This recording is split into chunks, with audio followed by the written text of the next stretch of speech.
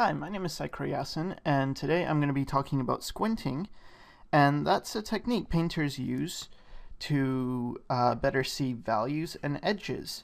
I want to talk about how this works and what it's used for. Now, the reason I'm making this is primarily because a lot of friends of mine who are painters don't really understand this technique, and so I figured, well, instead of just explaining this to them, I might as well go and make a video just explaining it to anyone who is curious about this technique of squinting. So the first thing I have to talk about is a little bit about the eye itself. So you have the eye, here's an eyeball, and you have the iris and the pupil, and there's a lens on top of the iris and the pupil. Pupil is basically a hole, and light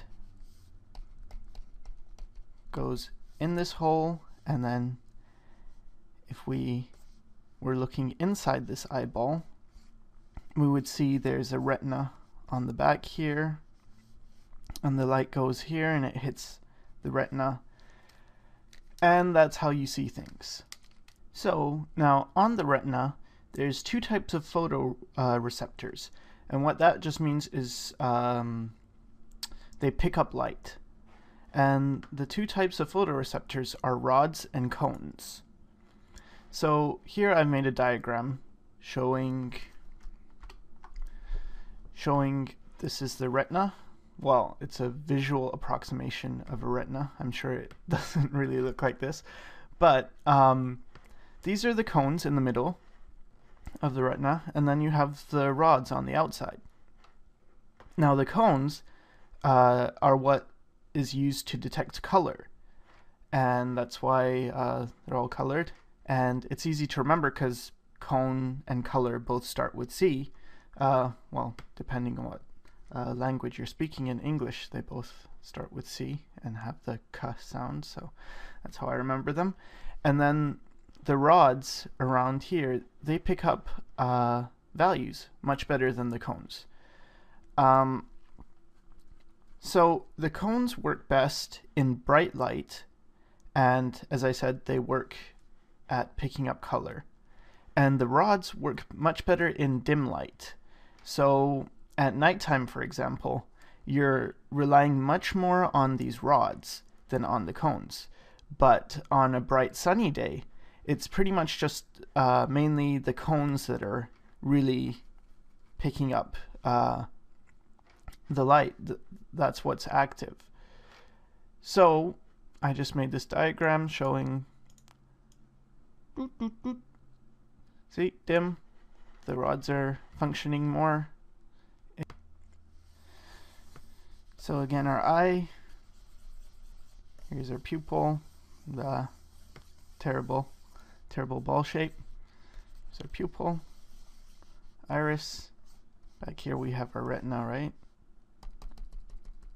Cones here, and the rods around here.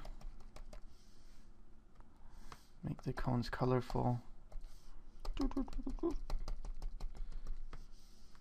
Make the rods like gray.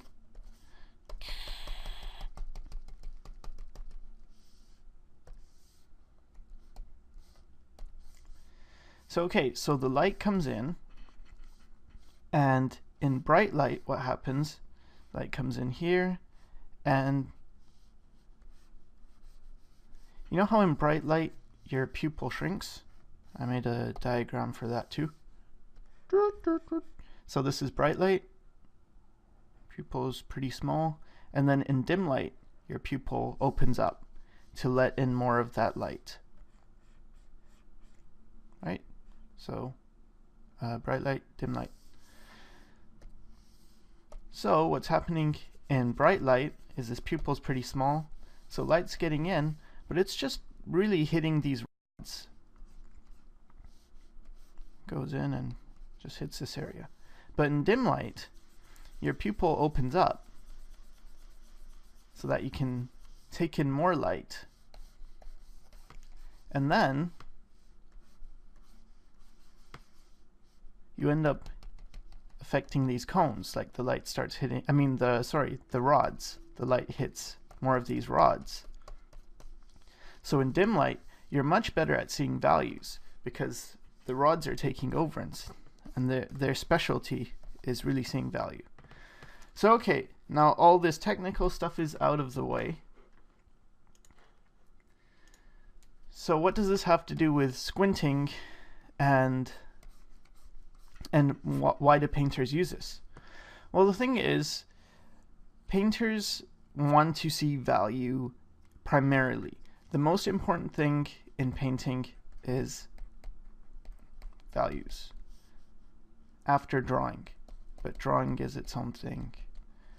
So you have your drawing, then you have your values, then you have your edges,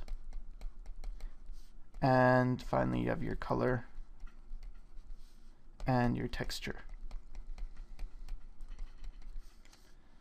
So this is the importance. Number one, values, most important. Then edges, then color, and finally the least important thing is texture. So because artists, painters especially, put most of the emphasis on values, we really want to see the values well. So what we want to do is get our pupil really big so that the light coming through will see a lot of, will hit the rods and help us see the values. So how do we do that?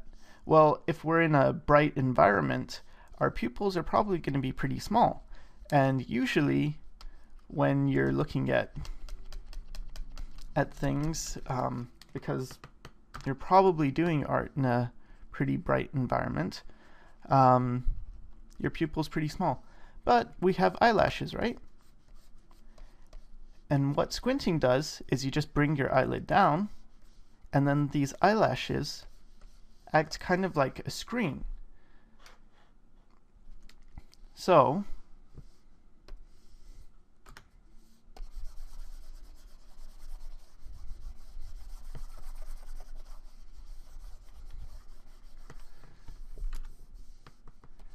with the eyelashes down, some of the light that's going into our eye is being blocked by the eyelashes. So if this is just a clear view, then when the eyelashes come down, it's more like this. So there's like gaps where the light can get through, but there's also areas where the light's being blocked. And because the light's being blocked, what happens is your pupil opens up because it wants to see more light, meaning that the rods are activated, meaning that you can see values and edges much better. And as we said, the number one important thing is values and then edges. And then color is less important. But when you want to see color, then you don't do this. You don't squint. You just open your eyes up as much as you can, and your pupil will shrink and the cones will get activated, the cones will be activated, and then you'll see color better. Now this is something that was taught to me by my teacher Rue about squinting, and Jason Seiler also talked about it, and I also read it in a book by Richard Schmidt, who's a brilliant artist. And they all talked about squinting, but they never really went into much detail.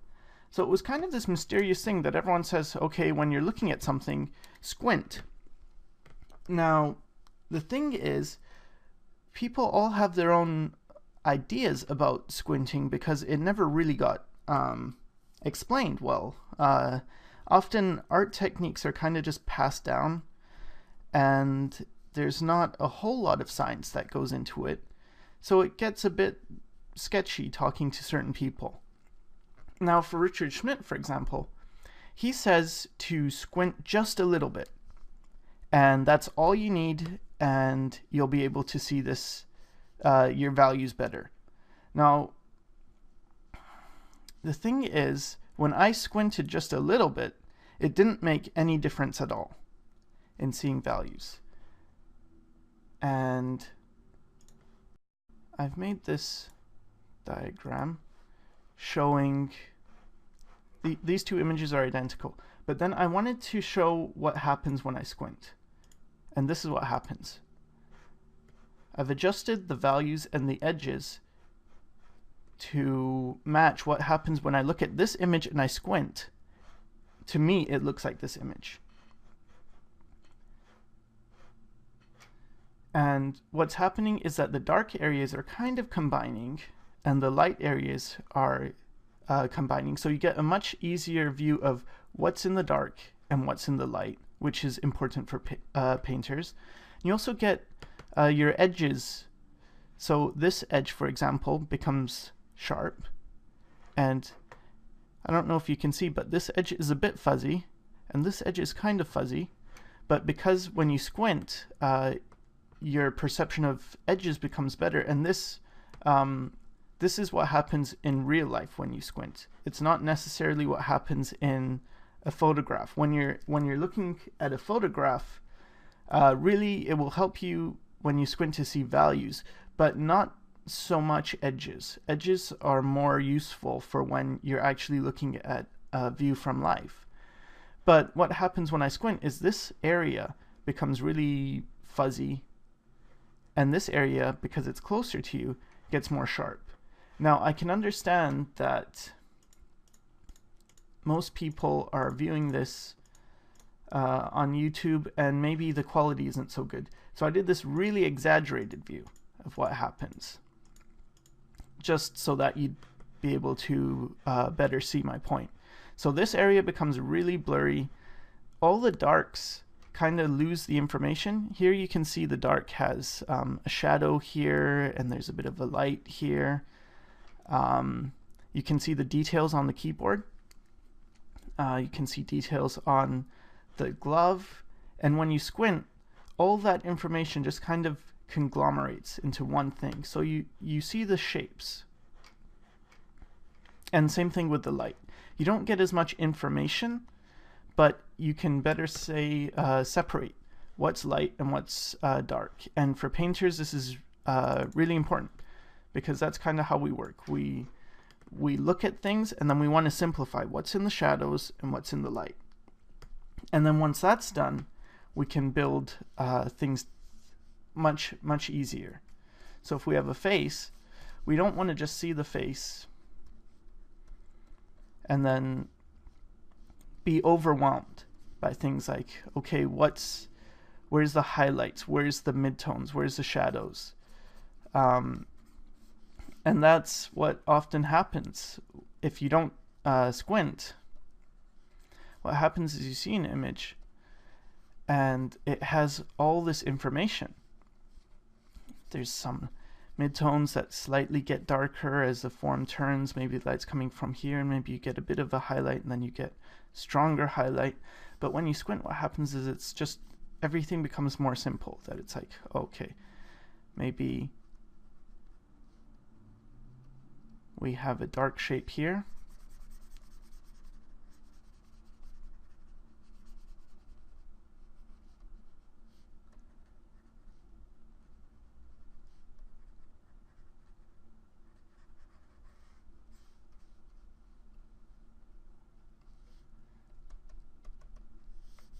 And this area is the light side. So already you can see how much more solid and structural it looks. And when you get too complicated with your values and you're seeing all these little transitions everywhere, then it takes away from some of that structure. So anyway, back to my story about Richard Schmidt. So Richard Schmidt says you just squint a little and it'll help you see the values and the edges better. And when I squinted a little, it didn't work. It just it made no difference to me. I guess my pupil was still pretty small. And then what happened is I saw a video of Richard Schmidt painting. And what I noticed is that his eyelashes, they go down like this. So all he has to do is squint just a bit, and his eyelashes are going to block that light, and his pupil's going to open up. Cones. For me, though, my eyelashes, they do this thing, where they like curl up. So when I squint a little, doesn't make much difference. I have to squint quite a bit in order for my eyelashes to be low enough that it actually blocks the light. So anyway, it does matter about, you know, how your eye is and whether your eyelashes are long or short or pointing down or they curl up. All that you have to take into account when you squint if you do use this technique. So it's a bit different from everyone. And now the other thing is, when do you squint? So you squint in the beginning to look at value relationships. Now, value relationships doesn't mean what is the value. For instance, if I look at this and I see here it's a gray, maybe a 20% or 30 or more percent gray, and then this is like an 80% black. When I squint, it's not going to give me the exact values because your eyelashes are blocking some of the light. So everything is going to get a bit darker. So you're not using it to say, what is this value? What you're using it for is to see value relationships. So you want to see what's dark. All the darks kind of get pushed together, and all the lights kind of get pushed together. So you want to see what's in the dark and what's in the light. You also want to see, as this exaggerated view shows, what's a sharp edge and what becomes softer. And the things that are softer, you can just treat them differently. You can push it all back. The detail can get less. Same with what's in the shadow. You can kind of like mix shadow shapes together and leave it all mysterious. And so it's also a great tool for checking your values.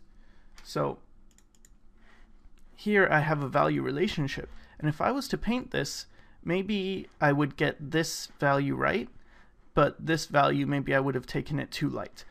Well, it's hard to tell when your eyes are open because, again, when your eyes are open, you're using more of those cones, and those are better for picking up color. But when you squint, then you're using more rods.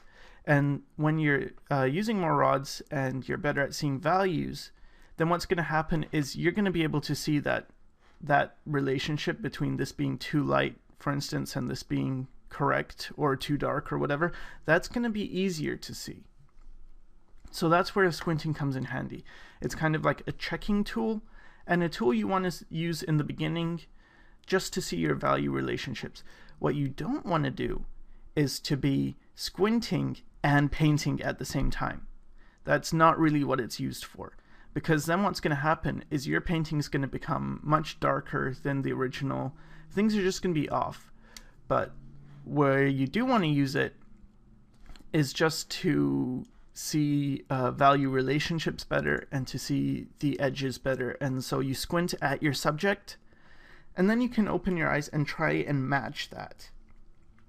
Again, there's different views on this. My teacher, Rue, would say that you squint all the time pretty much.